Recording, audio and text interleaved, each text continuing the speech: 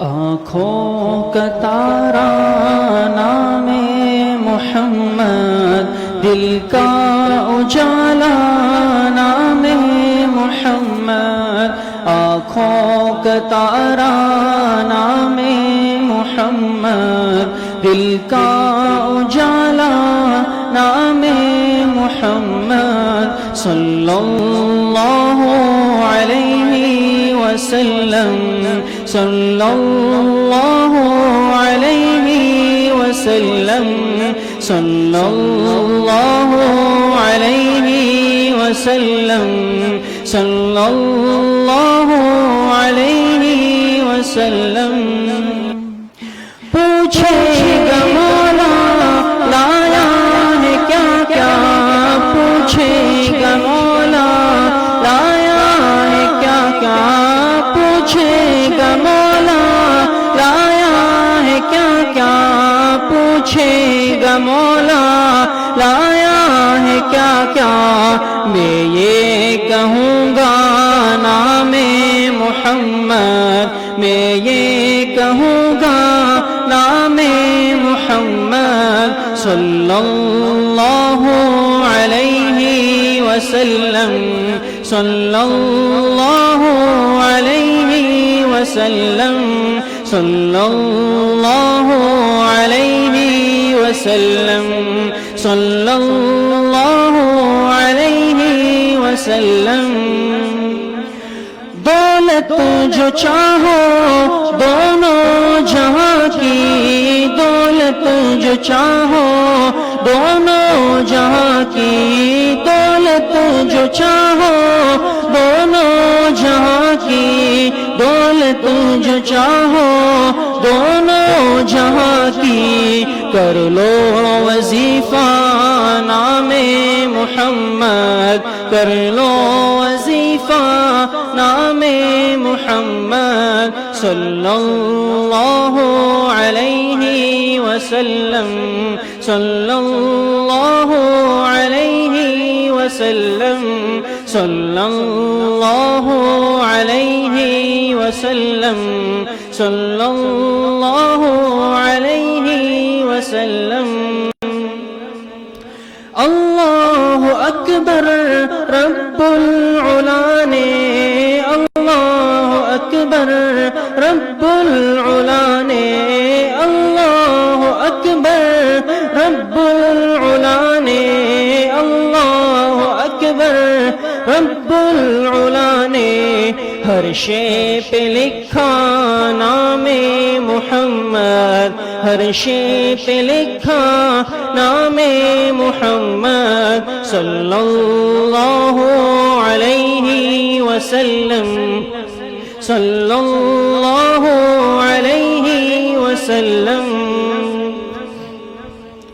روز قیامت میزان و پل پر، روز قیامت میزان و پل پر، روز قیامت میزان و پل پر، روز قیامت میزان و پل پر، دے گا سہارا نام محمد، دے گا سہارا نام محمد، آنکھوں کا تارا نام محمد، دل کا اجالا نام محمد، صلی اللہ علیہ وسلم، صلی اللہ علیہ وسلم، صلی اللہ علیہ وسلم، صلی اللہ علیہ وسلم۔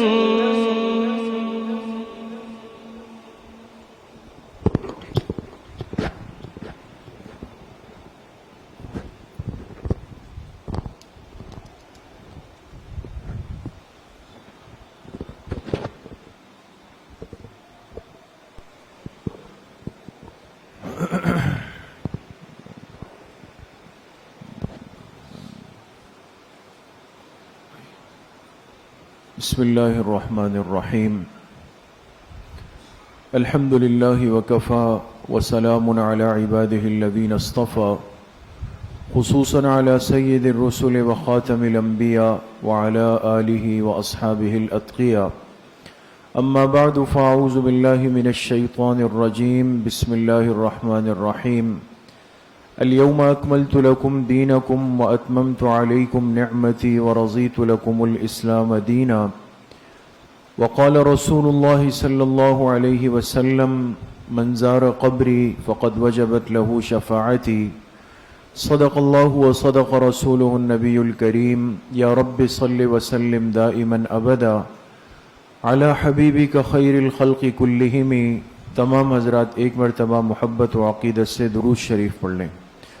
اللهم صل على محمد وعلى آل محمد كما صليت على إبراهيم وعلى آل إبراهيم إنك حميد مجيد. اللهم بارك على محمد وعلى آل محمد كما باركت على إبراهيم وعلى آل إبراهيم إنك حميد مجيد. میرے انتہائی قابل قدر دوستوں، بھائیوں اور بزرگوں، الحمدللہ ہم اس مبارک سلسلے تاریخ اسلام کی 8ویں مجلس میں سب یہاں پر جمع ہے. اللہ تعالیٰ آپ سب کے اس آنے کو، اس بیٹھنے کو، سننے اور سنانے کو اپنی بارگاہ عالیہ میں قبول فرمائیں، اور ہم سب حاضرین و حاضرات، سامعین و سامعات کے ظاہر اور باطن کی اصلاح کا ذریعہ بنائیں. ایک مسلمان کے لیے اپنے دین اسلام کی تاریخ سے واقفیت بہت ضروری ہے. تاریخ کا موضوع چونکہ بہت طویل بھی ہے، منتشر بھی ہے، نازک بھی ہے، احتیاط کا تقاضا بھی رکھتا ہے، اس لیے آسان کرنے کے لیے ہم نے تاریخ اسلام کو تقسیم کیا 3 حصوں کے اندر. تاریخ کے 3 حصے ہیں. پہلا حصہ تاریخ کا وہ ہے جو جاہلیت اولیٰ کہلاتا ہے. حضور علیہ الصلاۃ والسلام کی بعثت یعنی آپ کو نبوت ملنے سے پہلے اس کی تاریخ کیا ہے، اس پر آپ حضرات سے بات ہو چکی ہے. دوسرا حصہ تاریخ کا جو اہم ترین حصہ ہے، جس سے اس وقت دنیا گزر رہی ہے، وہ ہے جناب رسول اللہ صلی اللہ علیہ وسلم کی بعثت کے بعد، جب آپ کو نبوت مل گئی، اس کے بعد جو دنیا کی زندگی ہے، یہ تاریخ کا دوسرا حصہ ہے. اور اس حصے کا سب سے اہم ترین حصہ خود آپ علیہ الصلاۃ والسلام کی مبارک زندگی ہے، اور ہم الحمدللہ اس کے تقریباً اختتام پر ہے. آج کی مجلس میں آپ علیہ الصلاۃ والسلام کی حیات مبارکہ، حیات طیبہ کی جو اختتامی باتیں ہیں وہ آپ حضرات کے سامنے آ جائیں گے. تیسرا حصہ تاریخ کا ہے جاہلیت ثانیہ. یہ آخری زمانے میں آپ علیہ الصلاۃ والسلام نے احادیث میں پیشن گوئیاں فرمائی کہ ایک وقت دوبارہ اس امت پر آئے گا کہ یہ سابقہ احوال کی طرف لوٹ کر چلی جائے گی. تو ہم بات کر رہے ہیں زمانے اسلام پر. آپ علیہ الصلاۃ والسلام کو نبوت ملی تو آپ کی عمر مبارک کتنی تھی؟ 40 سال. 40 سال پر نبوت ملنے کے بعد پھر آپ علیہ الصلاۃ والسلام کے زندگی کے 2 حصے ہیں. پہلا حصہ وہ ہے جو آپ علیہ السلام نے مکی زندگی گزاری ہے، اور اس مرحلے کی کل مدت کتنے سال ہے؟ 13 سال. مکی دور کے 13 سالوں میں آپ علیہ السلام نے اصل محنت اور اصل مقصد کیا تھا؟ ایک اسلامی امت کی تأسیس کہتے ہیں بنیاد کو. آپ نے ایک اسلامی امت کی بنیاد رکھی. 13 سال کی محنت ہوئی. اگرچہ بہت کم افراد اسلام میں آئے لیکن امت کی بنیاد پڑ گئی. 13 سال جب مکمل ہوئے تو اللہ کے حکم سے آپ ہجرت فرما کے مدینہ منورہ تشریف لے گئے. یہ زندگی کا دوسرا مرحلہ ہے جو مدنی دور کہلاتا ہے، اور مدنی دور کی کل مدت کتنے سال ہے؟ 10 سال. ان 10 سالوں میں آپ علیہ الصلاۃ والسلام کا مشن اور اصل مقصود کیا تھا؟ اسلامی ریاست کی تاسیس. دونوں میں فرق ذہن میں ہے نا. مکی دور میں کیا تھا؟ اسلامی امت کی تاسیس تھی، اب امت بن گئی. مدنی زندگی میں ایک اسلامی ریاست کی بنیاد آپ علیہ الصلاۃ والسلام نے رکھی. لیکن اسلامی ریاست کو قائم کرنا اتنا آسان اور سہل نہیں تھا. بلکہ آپ مدینہ منورہ ہجرت فرمانے کے بعد بھی تکلیفوں کے ایک طویل مرحلے سے گزرے ہیں. اس لیے آپ علیہ الصلوۃ والسلام کا جو مدنی دور ہے، اس میں ہم نے آپ سے عرض کیا تھا کہ مدنی دور جو ہے وہ کل 4 باتوں پر مشتمل ہوگا. آگے چلیں. مدنی دور میں مدینہ منورہ کا جغرافیہ، زمینی حقیقت کیا ہے، یہاں کے رہنے والے لوگ کون ہیں، اس پر بات ہوئی. آپ علیہ السلام نے مدنی زندگی کا آغاز کیسے کیا؟ اس لیے کہ بالکل اجنبیت تھی، نئے لوگ تھے، نئی معاشرت تھی، لیکن آپ نے بڑی حکمت کے ساتھ ان سے اپنے تعلقات قائم فرمائے. تیسری بات یہ کہ مدنی دور بھی کئی مراحل سے گزرا، اور یہ کل 3 مرحلے تھے. ایسا نہیں تھا کہ مدینہ طیبہ پہنچے اور راحتوں کا آغاز ہو گیا. نہیں، شروع کے 5 سال سے اوپر کا عرصہ وہاں بھی بڑی تکلیفوں میں اور بڑے مقابلے کی کیفیت کے اندر گزرا ہے. تو ہماری بات اس وقت چل رہی ہے کہ مدنی دور کے جو مراحل تھے، 3 مراحل تھے، اس میں سے 2 پہ ہم بات کر چکے ہیں. آج کی مجلس میں مدنی دور کا تیسرا مرحلہ ہوگا، اور پھر الوداع، آپ علیہ السلام کی دنیا سے رخصتی ہوگی. جی، پہلا مرحلہ مدنی دور کا وہ خطرات اور ان کا مقابلہ. مکہ کے مشرکین مکہ سے آ کر آپ کو تنگ کرتے تھے، اندر بیٹھے ہوئے یہود آپ کو تنگ کرتے تھے، آپ کی صفوں میں بیٹھے ہوئے منافقین آپ کے خلاف سازشیں کرتے تھے. لہذا ایک طویل مرحلہ گزرا جس کی کل مدت 5 سال 8 مہینے.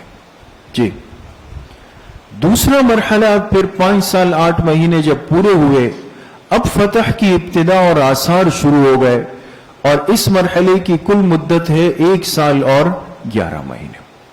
یہ دوسرا مرحلہ تھا جس میں صلح حدیبیہ ہوا.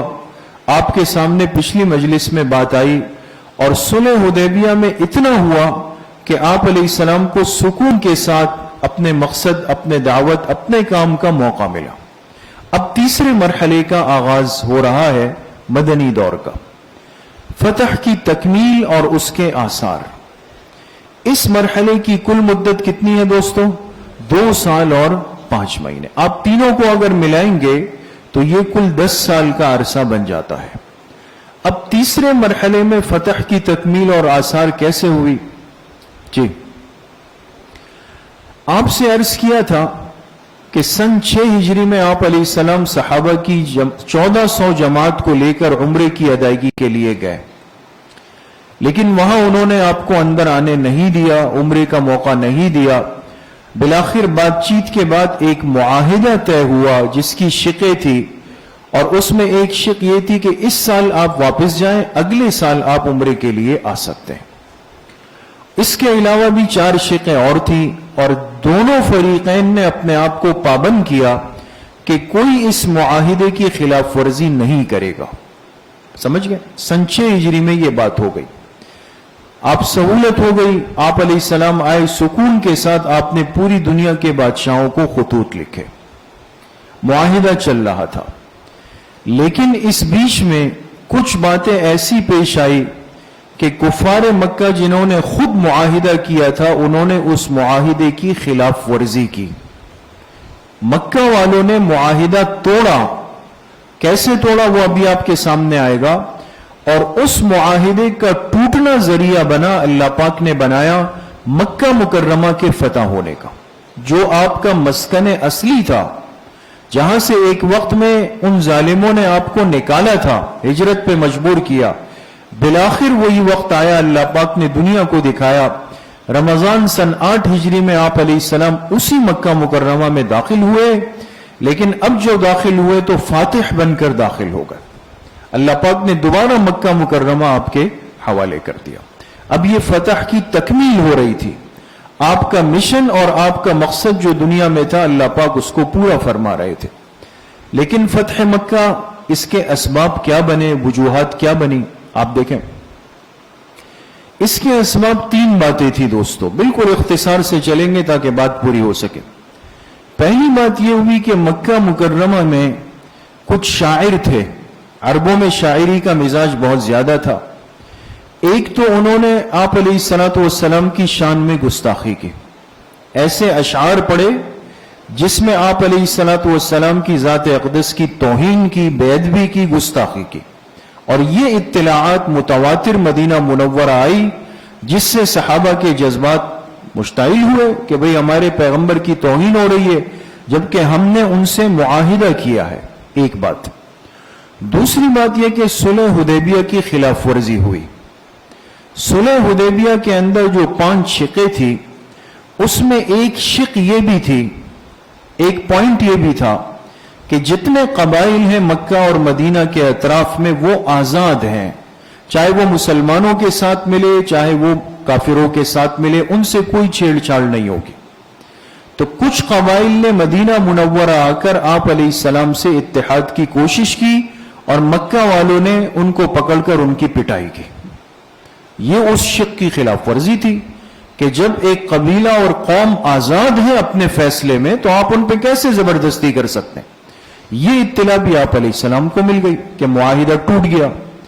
تیسری بات یہ ہے کہ کچھ قبائل نے آپ علیہ السلام سے فریاد کی، پیغام بھیجا کہ آپ تو معاہدہ فرما کے مدینہ منورہ آ گئے اور انہوں نے آپ کو مطمئن کر دیا، لیکن پیچھے مکہ والے ہم پہ بہت زیادہ ظلم کرتے ہیں، لہٰذا آپ آ کے ہماری خبر لے لیجیے۔ یہ 3 باتیں ذریعہ بنی کہ آپ علیہ الصلوۃ والسلام نے صحابہ سے مشورہ کیا کہ معاہدہ ٹوٹ چکا ہے، پانی سر سے اوپر ہو چکا ہے، گستاخی بے ادبی پہ اتر آئے ہیں، ظلم پہ اتر آئے ہیں، لہٰذا اب ہمیں ان کی خبر لینی پڑے گی۔ چنانچہ آپ علیہ الصلوۃ والسلام نے 10,000 صحابہ کو جمع فرمایا۔ یہ تاریخ کا پہلا موقع تھا کہ اتنی بڑی تعداد میں جہاد کا لشکر تیار ہوا، اور آپ 10,000 صحابہ اکرام کو لے کر مکہ مکرمہ کی طرف روانہ ہوئے، لیکن یہ سارا معاملہ آپ نے نہایت خفیہ رکھا۔ کانوں کان کسی کو خبر نہیں ہوئی کہ آپ علیہ السلام کیا تیاری فرما رہے۔ حکمت تھی، حکمت۔ جو بات پہلے سے کھل جائے نا دوستو، اس میں پھر خیر نہیں رہتی، مشکلات پیش آئیں گے۔ یہ ایک اصولی نکتہ سمجھ کر جائیں، جو بھی اہم کام زندگی کا ہو، آئندہ کا منصوبہ ہو، کوئی ارادہ ہو، سوائے مخلص ساتھی کے اس کو کسی کے سامنے مت کھولے، ورنہ اپنی آنکھوں سے دیکھیں گے کہ رکاوٹیں آنا شروع ہو جائیں گے۔ آپ نے بالکل ایک خفیہ منصوبہ بندی اور تیاری کی، اور مکہ مکرمہ آپ علیہ السلام پہنچ گئے، اور ہلکی سی مزاحمت ہوئی، لیکن آپ فاتح بن کر مکہ مکرمہ میں داخل ہو گئے۔ جی آگے یہ آپ دیکھ سکتے ہیں، مدینہ منورہ سے آپ روانہ ہوئے سن 8 ہجری رمضان میں۔ یہ پہلا اسٹاپ ہے جحفہ، ایک مقام آتا ہے، یہاں پہنچ کر آپ نے اپنے لشکر کو روکا، کچھ دیر کے لیے آرام فرمایا۔ اس کے بعد آپ یہاں سے چلے، اور یہ قدید کا علاقہ ہے، قدید کا، مکہ کے قریب، یہاں آپ دوبارہ رکے۔ آپ ہر جگہ پر رک کر احوال لیتے تھے کہ مکہ والے ہم سے باخبر ہے یا بے خبر ہے، یہ ساری صورت ہے۔ پھر قدید سے چل کر آپ بطن مر میں آئے، یہ جگہ بالکل مکہ کے قریب ہے، بطن مر۔ یہاں پہنچ کر آپ نے لشکر کو ایک ترتیب دی، ہر قافلے کا ایک امیر بنایا، اس کے راستے طے کیے، 5 اطراف سے آپ نے فرمایا ہم مکہ مکرمہ کے اندر داخل ہوں گے، 5 جماعتیں طے ہو گئی، اور بطن مر سے آپ علیہ الصلوۃ والسلام مکہ مکرمہ کے اندر داخل ہو گئے۔ جی یہ مسجد فتح ہے، مکہ مکرمہ کے قریب علاقہ جموم کا، آج بھی بہت مشہور ہے، جموم علاقہ آتا ہے، اور اس جموم میں مسجد بنی ہے مسجد فتح کے نام سے، اس لیے کہ آپ علیہ الصلوۃ والسلام جب مکہ مکرمہ میں داخل ہو رہے تھے، اس مقام پہ آپ نے اپنا جھنڈا گاڑ دیا تھا اپنے لشکر کا، تو وہاں پر مسجد فتح قائم کی گئی ہے، جو فتح مکہ کی ایک یادگار ہے جموم کے اندر۔ جی جب مکہ مکرمہ میں اب داخل ہوئے، 10,000 کا لشکر ہے اور فاتح بن کے گئے، اب مکہ مکرمہ والے کانپ رہے ہیں، اپنے وہ مظالم، زیادتیاں یاد آئی کہ یہ وہی لوگ ہیں جن کے ساتھ ہم نے کیا سلوک کیا، آج آ رہے ہیں، تو اب یہ ہمارے ساتھ کیا کریں گے؟ اس لیے کہ دنیا کا دستور یہ ہے کہ مظلوم کو جب موقع ملتا ہے ظالم کے خلاف، تو وہ پھر اپنے دل کے سارے ارمان نکالتا ہے۔ لیکن میرے عزیزو دوستو بزرگوں، جناب رسول اللہ صلی اللہ علیہ وسلم نے خود اور اپنی امت کی یہ تربیت نہیں فرمائی۔ اگرچہ مظلوم کو موقع مل جائے اور اللہ پاک اس کو غالب کر دے، پھر بھی آپ علیہ الصلوۃ والسلام نے ترغیب یہی دی کہ ظالم اگر اپنی غلطی مان لے تو اس کو معاف کر دو، اس کے ساتھ زیادتی مت کرو۔ تو آپ جب مکہ میں داخل ہوئے تو وہ بھی پریشان تھے کہ ہمارے ساتھ کیا ہوگا، تو آپ نے اعلان فرمایا من دخل دار ابی سفیان فہو آمن، جو ابو سفیان کے گھر میں چلا جائے گا رضی اللہ عنہ اس کو امن حاصل ہوگا۔ اب لوگ دھڑا دھڑ گئے تو ظاہر سی بات ہے گھر تو اتنا بڑا نہیں تھا، اب جگہ ختم ہو گئی۔ پھر آپ نے فرمایا من اغلق بابہ فہو آمن، جو اپنے گھر کا دروازہ بند کر دے وہ بھی امن میں۔ تو بہت سارے لوگ ایسے تھے کہ جو نہ ابو سفیان کے گھر پہنچ سکے رضی اللہ عنہ، نہ اپنے گھر آ سکتے تھے، بیچ راستے میں تھے۔ آپ نے فرمایا من دخل المسجد فہو آمن، جو مسجد حرام بیت اللہ شریف کے اندر چلا جائے گا اس کو بھی امن حاصل ہے۔ وہ سب مکہ والوں کو آپ علیہ الصلوۃ والسلام نے امن دیا اور فرمایا آج وہی کہوں گا جو یوسف علیہ الصلوۃ والسلام نے اپنے بھائیوں سے کہا تھا لا تثریب علیکم اليوم، آج تم پر کوئی زیادتی ظلم نہیں ہوگا، سب کے لیے معافی کا اعلان فرمایا۔ جی، مکہ مکرمہ فتح ہو گیا، اب اسلام کو غلبہ مل گیا، تقریباً جزیرۃ العرب آپ علیہ الصلوۃ والسلام کے کنٹرول میں آیا۔ فتح مکہ کے بعد ایک آخری معرکہ ہوا ہے جو تقریباً آخری معرکہ ہے عرب کے خلاف، طائف اور حنین میں، اور یہ عرب کے خلاف بالکل آخری معرکے تھے۔ یہ مکہ مکرمہ کے قریب علاقے تھے طائف اور حنین کے، یہاں آپ علیہ الصلوۃ والسلام نے لشکر بھیجا ہے اور طائف اور حنین کے واقعات یہاں پر پیش آئے ہیں، یہاں بھی اللہ پاک نے آپ کو فتح نصیب فرمائی ہے۔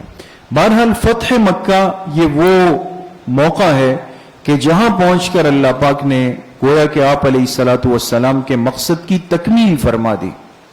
اب مسلمان غالب ہو گئے، دین کا پیغام غالب ہو گیا، ساری دنیا آپ علیہ الصلوۃ والسلام کی دعوت کی طرف اب متوجہ ہو گئی۔ جی، سن 9 ہجری نواں سال آیا مدنی دور کا، اس میں حج کی فرضیت نازل ہو گئی، آپ علیہ الصلوۃ والسلام پر آیات اتری اور حج کو فرض کر دیا گیا۔ لیکن آپ حضرات کو معلوم ہونا چاہیے، ہم سیرت میں پڑھ بھی چکے ہیں کہ جس سال حج فرض ہوا سن 9 ہجری میں آپ علیہ السلام خود تشریف نہیں لے گئے پہلے سال، بلکہ آپ نے حضرت ابوبکر رضی اللہ عنہ کو امیر بنایا اور ان کو جماعت کے ساتھ روانہ فرمایا کہ وہ جا کر حج ادا فرمائیں۔ یعنی پہلے سال آپ نے خود حج فرض ادا نہیں فرمایا، حضرت ابوبکر رضی اللہ عنہ گئے۔ خود کیوں نہیں گئے؟ اس لیے کہ یہ سال عام الوفود کہلاتا ہے، جس میں پوری دنیا سے وفود آپ علیہ الصلوۃ والسلام کی خدمت میں آئے اور اسلام میں داخل ہوئے، اس لیے کہ عرب نے فتح مکہ کو آپ علیہ السلام کی نبوت کی حقانیت سے جوڑ دیا تھا۔ یہ بات سمجھے، جب آپ علیہ الصلوۃ والسلام ہجرت فرما کے مدینہ آئے، کام شروع ہوا۔ اب ہوتا ہے نا جب ایک شخص پسا ہوا ہو، بیچارہ مظالم کا مارا ہوا ہو، تکلیفوں سے گزرا ہوا ہو، اور ایک دم اس کی محنت رنگ لانے لگے تو سمجھدار طبقہ متوجہ ہونے لگتا ہے۔ تو اب جو عرب اطراف کے قبائل تھے، علاقے تھے، وہ سب متوجہ ہو گئے۔ تو انہوں نے کہا کہ اگر یہ واقعی سچا پیغمبر ہے تو ضرور اس جگہ پر واپس آئے گا جو اس کا شہر اصلی تھا، یعنی مکہ مکرمہ۔ اگر اس نے دوبارہ مکہ فتح کر لیا تو مطلب یہ سچے پیغمبر ہے، تو ہم بھی جا کر ایمان لے آئیں گے۔ تو سن 8 ہجری میں مکہ فتح ہو گیا، سب سمجھ گئے کہ اللہ کے سچے پیغمبر ہے۔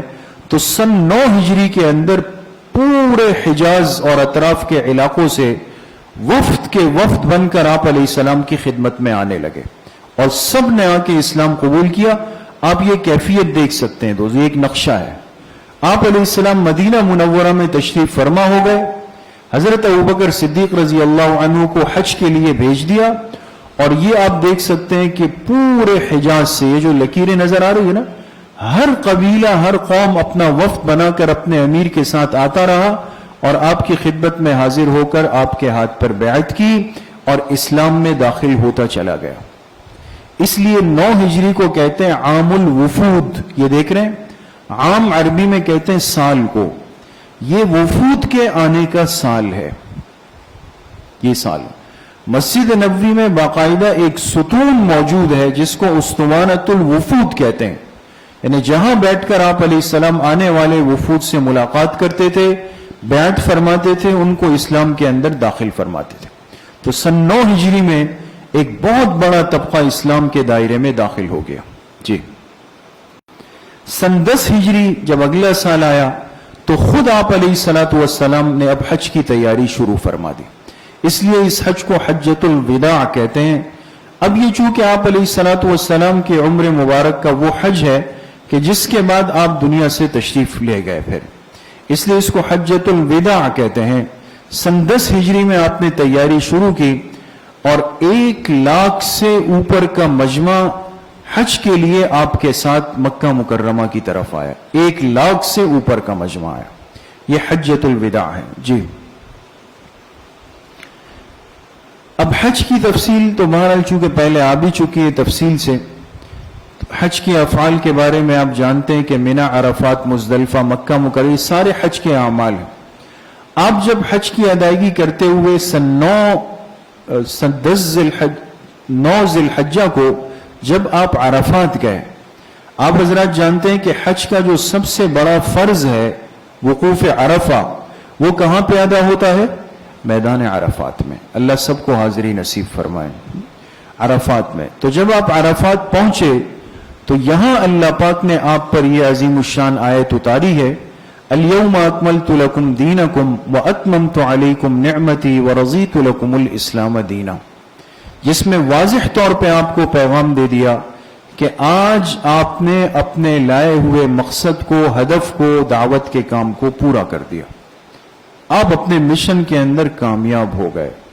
یہ برکت والی آیت اسی عرفات کے مقام پر اتری جب ذی الحجہ کی 9 تاریخ تھی. آپ میدان عرفات میں حالت احرام کے اندر تھے. اس موقع پر آپ علیہ السلام نے اپنی اونٹنی پر بیٹھ کر 1 لاکھ سے اوپر صحابہ کو ایک خطبہ ارشاد فرمایا. وہ تاریخی خطبہ ہے جو قیامت تک کی امت کے لیے ایک دستور حیات بن گیا. دوستو کاش کہ آج کے مسلمان چھوٹے بڑے ہر طبقہ وہ حجۃ الوداع میں آپ کے دیے ہوئے خطبے کو غور سے پڑھ لے تو زندگی کے گزارنے کا سلیقہ اور ادب سمجھ میں آتا ہے. آپ نے اس موقع پر ایک بڑا عجیب خطبہ دیا جس کا ترجمہ آپ کے سامنے ہے. آپ نے فرمایا لوگوں میری بات سنو، کیونکہ میں نہیں جانتا کہ شاید اس کے بعد اس مقام پر میں تم سے کبھی مل سکوں. اشارہ تھا کہ اب آئندہ ملاقات یہاں نہیں ہو سکے گی. پھر فرمایا تمہارا خون، تمہارا مال اسی طرح حرام ہے جس طرح یہ دن اس مہینے میں اور اس شہر میں حرام ہے. یعنی دن بھی حرمت والا، مہینہ بھی حرمت والا اور شہر بھی حرمت والا. یہ بھی یاد رکھو کہ ہر جاہلی امر باطل ہے اور جاہلیت کے تمام خون باطل کر دیے گئے.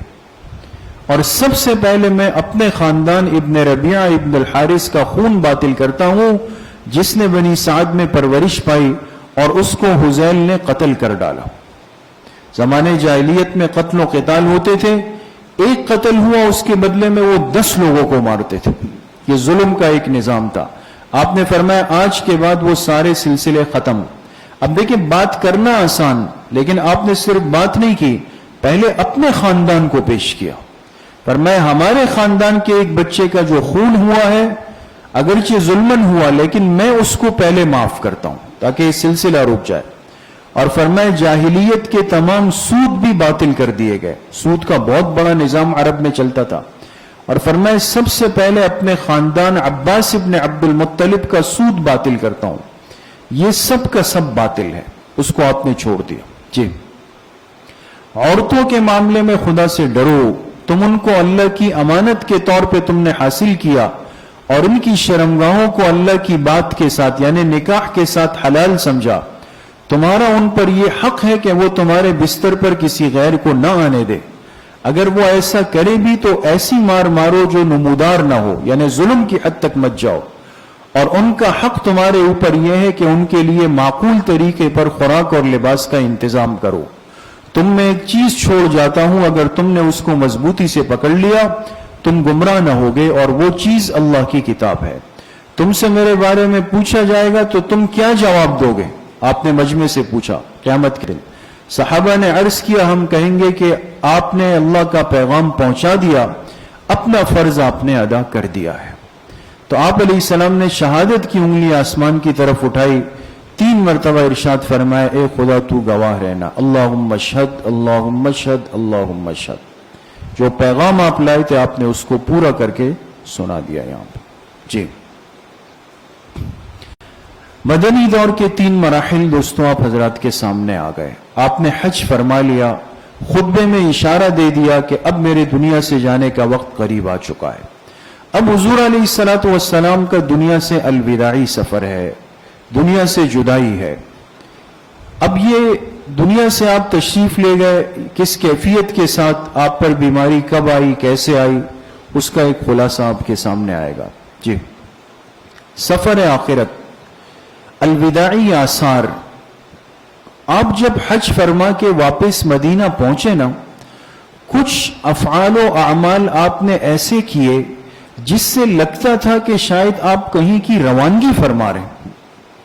20 دن کا اعتکاف فرمایا، احد کے شہداء کے پاس آپ ایک دن خاص طور پہ تشریف لے گئے اور وہاں ایسی دعا فرمائی کہ صحابہ کو لگا جیسے جدائیگی ہو رہی ہے۔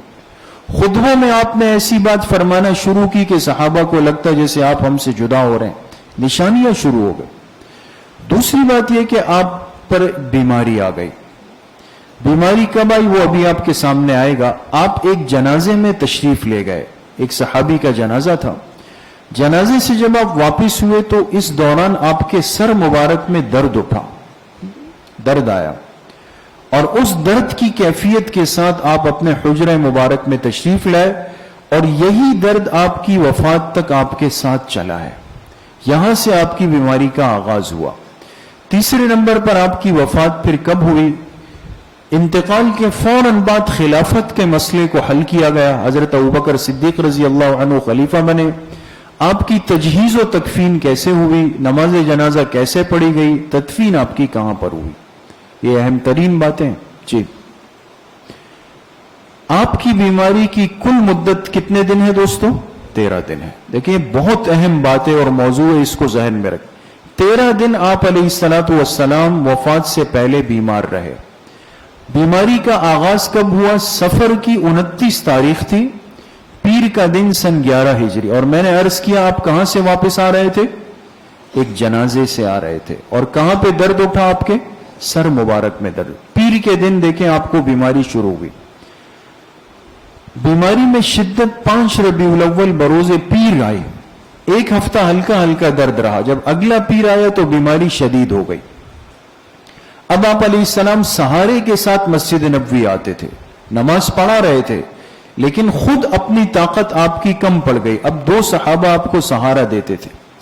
جب وفات سے 5 دن پہلے 5 دن رہ گئے تو آپ مسجد نبوی کے منبر پہ آ کے اچانک بیٹھ گئے، اور آپ نے ایک خطبہ ارشاد فرمایا، اور اس میں 2 باتوں پہ بہت زور دیا۔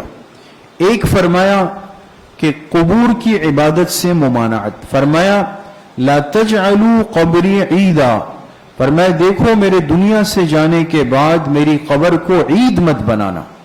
پھر فرمایا اللہ کی لعنت ہو یہود و نصارہ پہ کہ انہوں نے اپنے انبیاء کی قبروں پر میلے سجا دیے اور ان کو سجدگاہ بنا لیا، تم میری قبر کے ساتھ یہ سلوک مت کرنا، واضح طور پہ فرمایا۔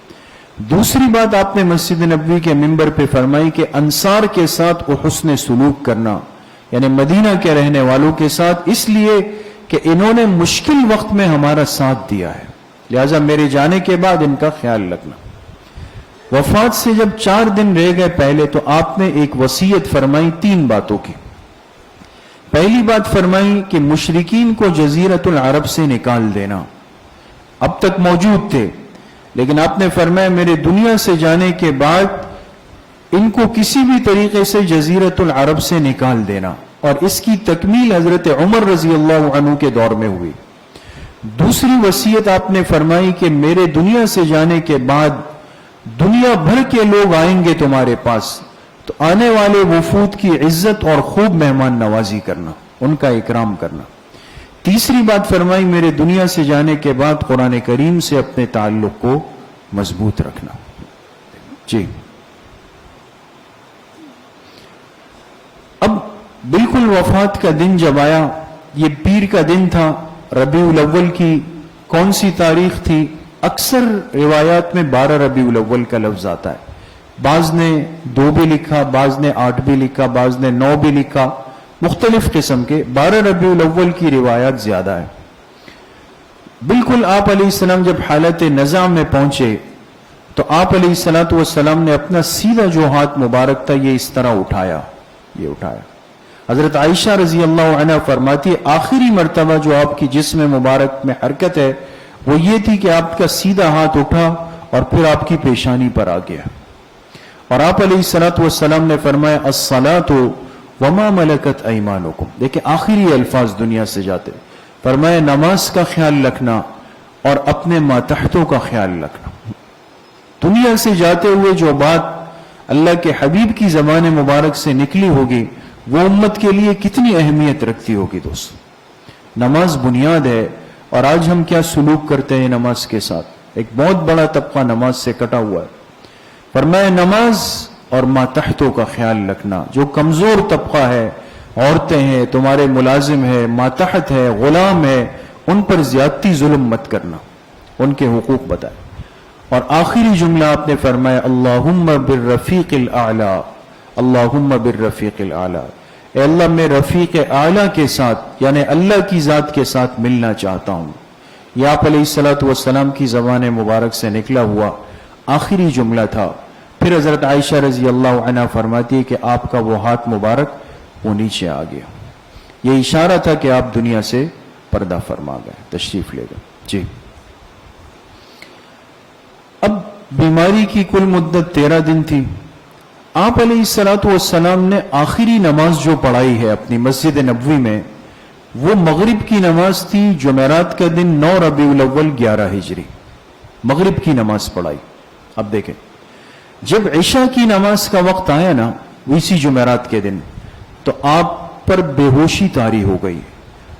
کچھ دیر بعد ہوش آیا. آپ نے پوچھا حضرت عائشہ رضی اللہ عنہا سے کیا لوگوں نے عشاء پڑھ لی؟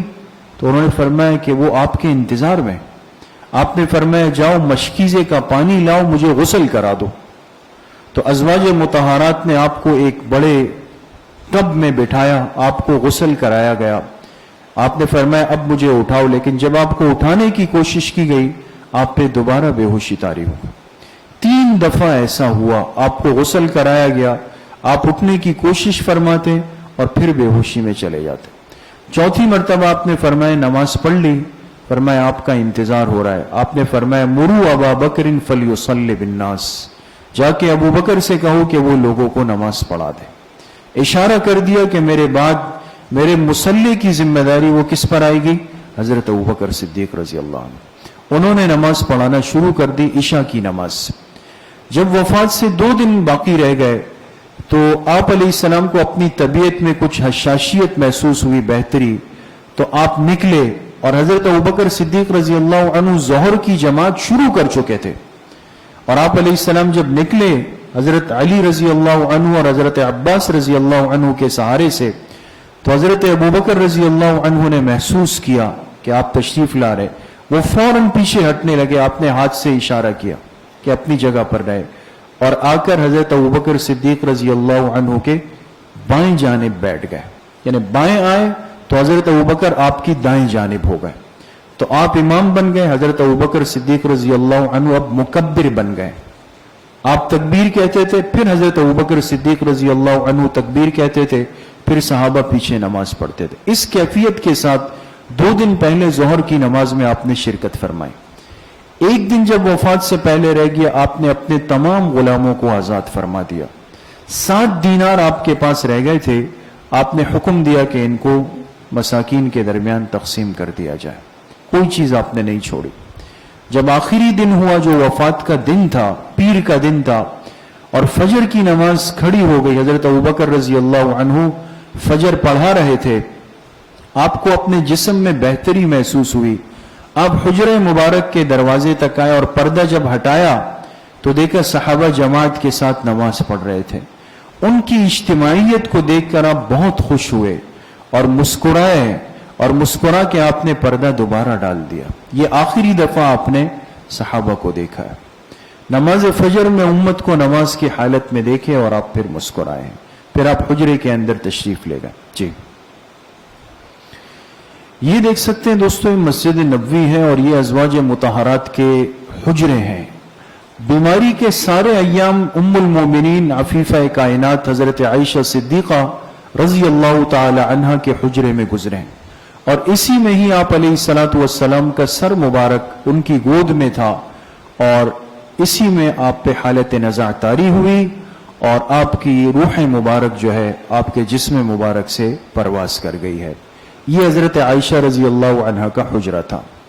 اب انبیاء کے لیے ضابطہ یہ ہے کہ جہاں پیغمبر کا انتقال ہو وہی پیغمبر کی جنازہ ہوتی ہے، وہی پیغمبر کی تدفین ہوتی ہے اسی جگہ. یہ پیغمبر کی خاصیت ہے.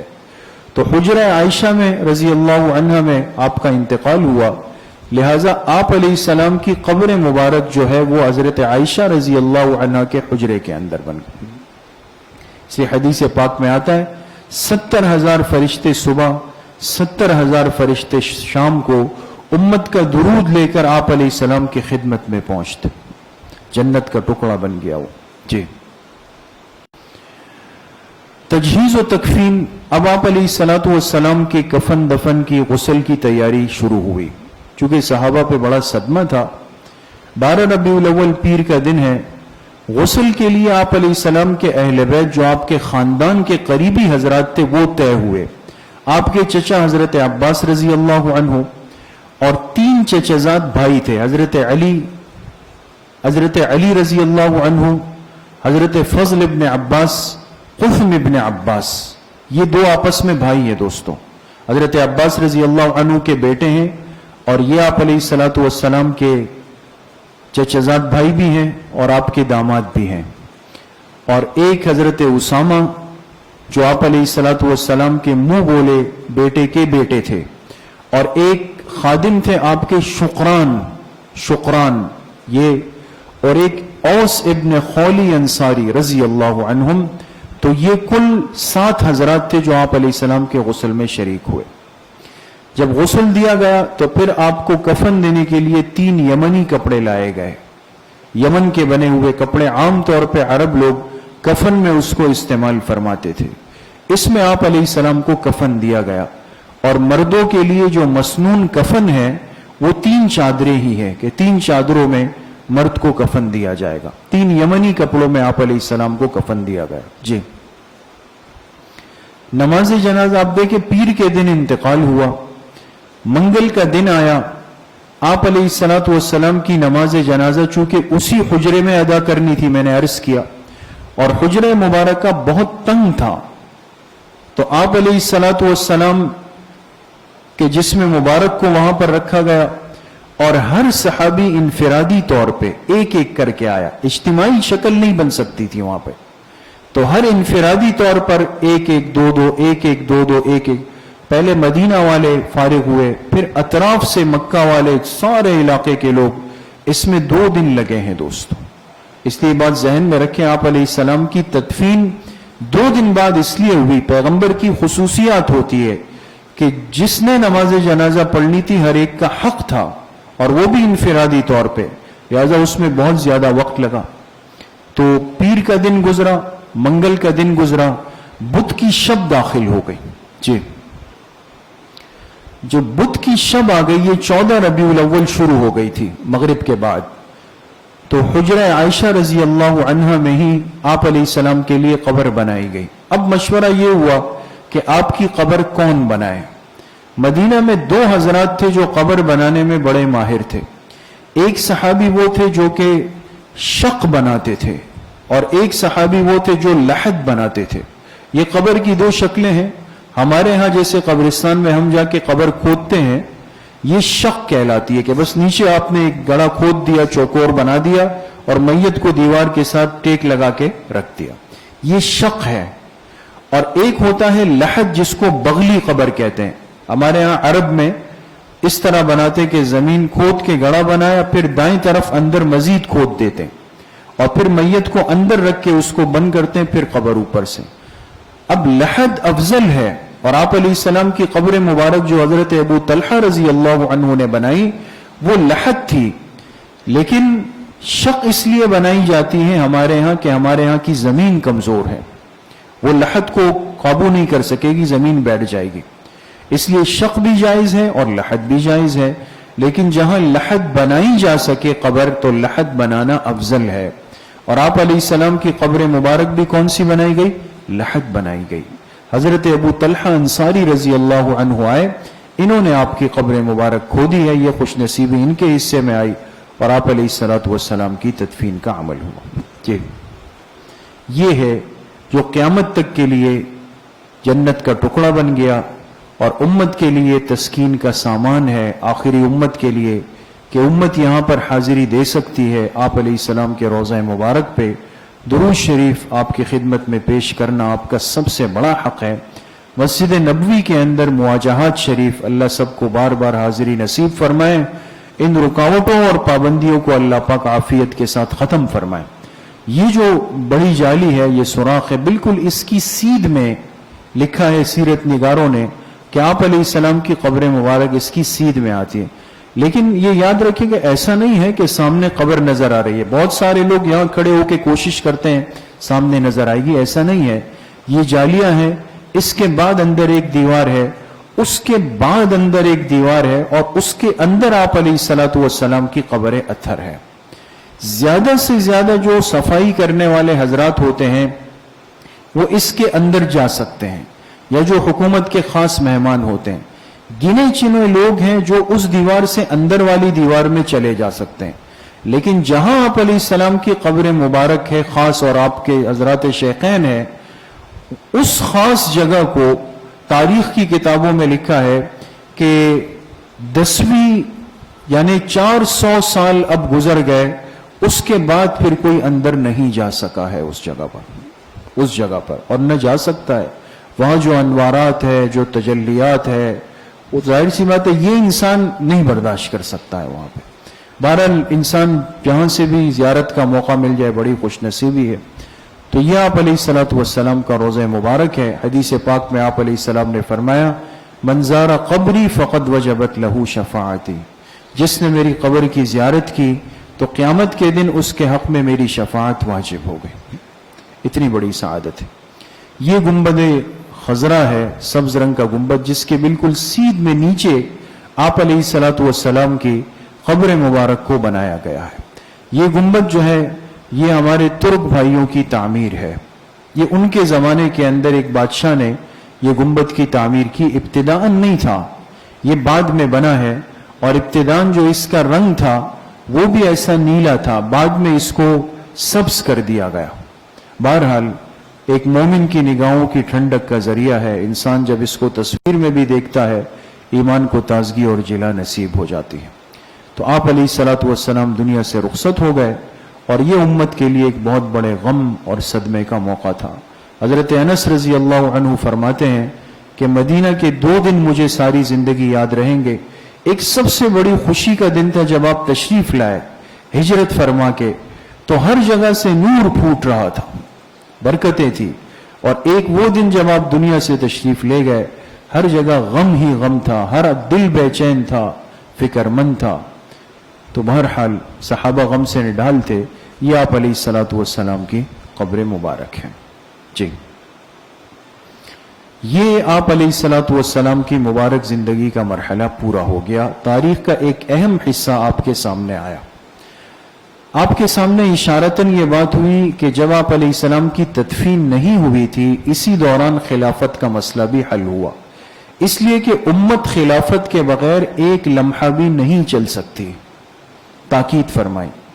تو اب تاریخ کا وہ حصہ جو حضرات خلفائے اربعہ کا اہم ترین حصہ ہے، وہ انشاءاللہ ہمارے تاریخ اسلام کا اگلا حصہ ہے، اگلا موضوع ہے۔ انشاءاللہ اب ہم اس کی طرف جائیں گے، اور چونکہ اس امت کے بالاجماع بلا فصل جو خلیفہ ہے وہ حضرت ابوبکر صدیق رضی اللہ تعالی عنہ ہے، ان سے نظام خلافت کی ابتدا ہوئی۔ انشاءاللہ آئندہ اس پہ بات کریں گے. اللہ کریم مجھے بھی آپ سب کو صحیح عمل کی توفیق نصیب فرمائے. وآخر دعوانا ان الحمد للہ رب العالمین. الحمد للہ رب العالمین والصلاة والسلام علی سید الانبیاء والمرسلین سیدنا و مولانا محمد وآلہ واصحابہ اجمعین.